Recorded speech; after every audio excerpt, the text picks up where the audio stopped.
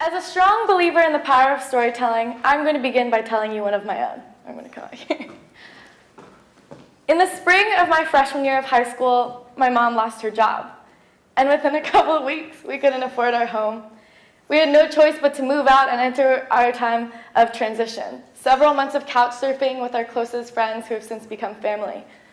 My commute to school turned from 10 minutes to over 2.5 hours long. I was constantly worried about my family's financial situation. I wondered how much longer we could afford food and how much longer I'd have to mark that bubble mark no permanent address on school forms. Through countless hours of navigating my way to school and also in staying and visiting at homeless shelters, I began to talk to homeless women I met, and I asked them what they found most challenging about their living situation. I asked them if there was anything that I could do to help. And I was working 2 jobs at the time to help support my family, so I started saving up 20%, and before I went to sleep, I would put feminine hygiene products in Ziploc bags and hand them out on my way to school. I began to keep a journal and collected of stories of using stolen pillowcases, toilet paper, and brown paper grocery bags found on the street to maintain their periods. These stories astonished me. After all, if this was such a natural need, for every woman experiences her period for an average of 40 years in her life for a monthly basis, why was this something that women had to hide, that women had to keep to themselves and struggle with addressing? I began talking to different nonprofit organizations and found that none of them openly and sustainably supported menstrual hygiene, either due to a lack of funds or a lack of displayed need. Thus, there was this never-ending cycle of organizations not prioritizing menstrual hygiene and women and girls feeling too scared to stand up and advocate for their natural needs and ask for the products that they needed. These stories coming from women who were in much worse living situations than I was threw apart whatever closed-minded and pessimistic perspective until that point. I was suddenly waking up with a newfound excitement each morning. I looked at my life with a newfound immense gratitude. Gratitude for the educational opportunities I had, for the support network I had around me of family and friends, and most of all to have my mom and my sisters in my life, who inspire me for their intelligence, resourcefulness, and strength. I began dreaming of different ways to address this natural need, and in the spring of my sophomore year, when my family saved up enough to move back into our apartment, I founded Camions of Care. Camions of Care is now a global youth-run nonprofit that strives to manage and celebrate menstrual hygiene through advocacy, education, and service, through the global distribution of feminine hygiene products, and the engagement of youth leadership through a nationwide network of campus chapters.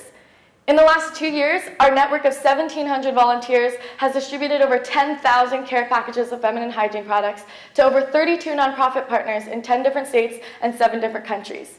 And we continue to expand our nationwide network of chapters established at universities and high schools.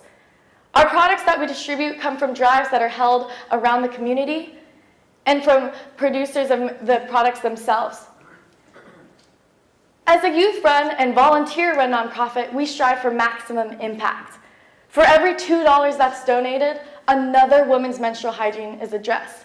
We distribute these care packages, each one costing under $2 and providing a woman with enough products for her entire menstrual cycle. For every $100 donated, we establish a new functioning, distributing chapter in a new state. We hope that you join us in our fight to breaking the stigma around menstrual hygiene and our journey to making feminine hygiene products accessible for all women and girls, giving them the right and the resources to having access to feel confident and dignified to discover and reach their full potential. Thank you.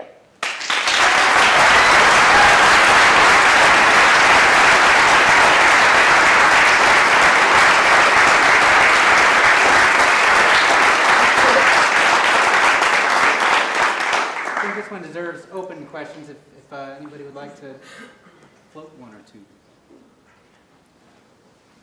Beth. Well, first I want to say I think you're amazing, and I'd adopt you if I could. Thank you. So far in Portland, how many women do you think that you have assisted so far? Well, we actually just went through last week and calculated this number.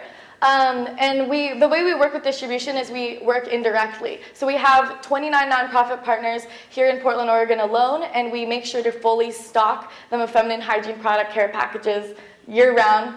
And we did the calculations, talked to the organization, and we found that we've served around 6,700 different women.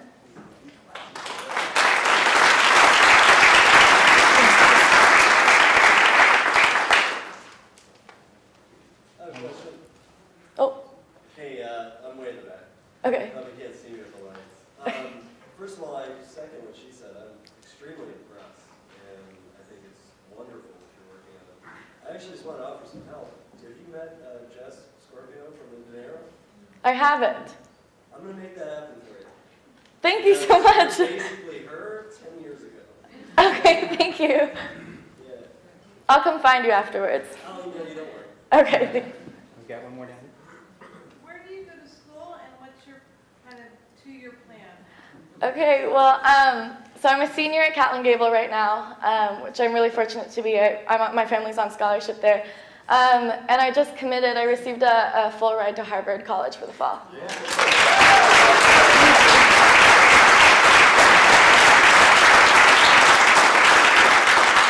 So, I'm just really grateful for that. College wasn't going to be possible for me.